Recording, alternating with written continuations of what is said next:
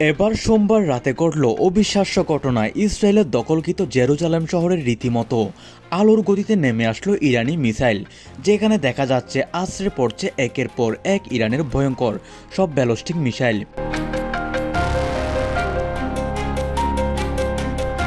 মিসাইলের আঘাতে চূর্ণ বিচূর্ণ হয়েছে জেরুজালেমের রাস্তা, সৃষ্টি হয়েছে বিশাল গর্ত, ধোঁয়া আর ধ্বংসস্তূপে ডেকে গেছে পূর্ব জেরুজালেমের আকাশ।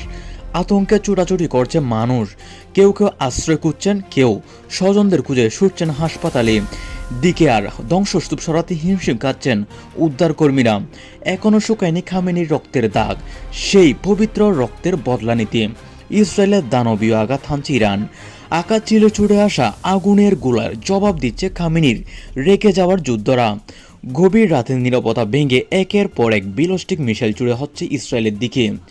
তেহরানের বার্তা স্পষ্ট, এই হামলা প্রতিশোধের, এই আগুন জবাবের।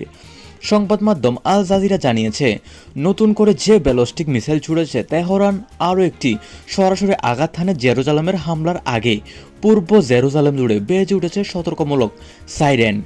কয়েক মিনিটের মধ্যে বিকট বিস্ফোরণে কেঁপে ওঠে পুরো এলাকা। 1967 সালে 6 দিনের আরব যুদ্ধের পর জেরুজালেম দখল করে নেয় ইসরায়েল।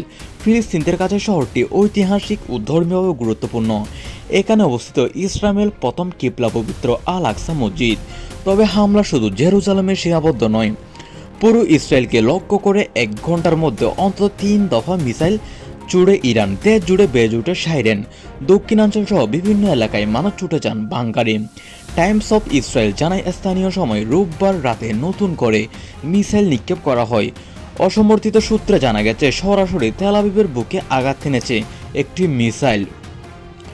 তবে সব মিসাইল ভূপাতিত করা গেছে কিনা তা নিশ্চিত নয়। সবচেয়ে বেশি ক্ষয়ক্ষতির খবর এসেছে বেস স্যামস থেকে, যেখানে একটি আবাসিক এলাকায় সরাসরি আঘাত হানে ইরানি ক্ষেপণাস্ত্র। এতে অন্তত 8 জন নিহত এবং 20 জন আহত হয়েছে বলে জানিয়েছেন স্থানীয় সংবাদ মাধ্যম। কয়েকটি ভবন সম্পূর্ণ ধ্বংস হয়ে গেছে, বিশাল গর্ত তৈরি হয়েছে সড়কে, ধ্বংসস্তূপ আটকে পড়েছে, মরদেহ উদ্ধারে কাজ করেছে জরুরি সেবা বিভাগ। আহতদের দ্রুত নেওয়া হচ্ছে হাসপাতালে। এলাকা জুড়ে চলছে তল্লাশি অভিযান।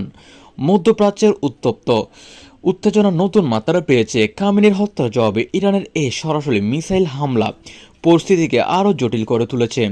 ইরানের বক্তব্য স্পষ্ট, এই সংঘাতকে সীমিত অভিযান হিসেবে দেখছে না তারা, বরং পূর্ণাঙ্গ যুদ্ধের সম্ভাবনা মাথায় রেখে প্রস্তুতি নিচ্ছে তেহরান। হিজবুল্লাহ হুতিদের মতমিত্র গোষ্ঠীগুলো তেহরানের সঙ্গে একত্র প্রকাশ করেছে, ফলে পরিস্থিতি আরও বিস্তৃত হওয়ার আশঙ্কা উড়িয়ে দিচ্ছেন না বিশ্লেষকরা। ভিডিও ভালো লাগলে চ্যানেলটি সাবস্ক্রাইব করে দিবেন। ধন্যবাদ।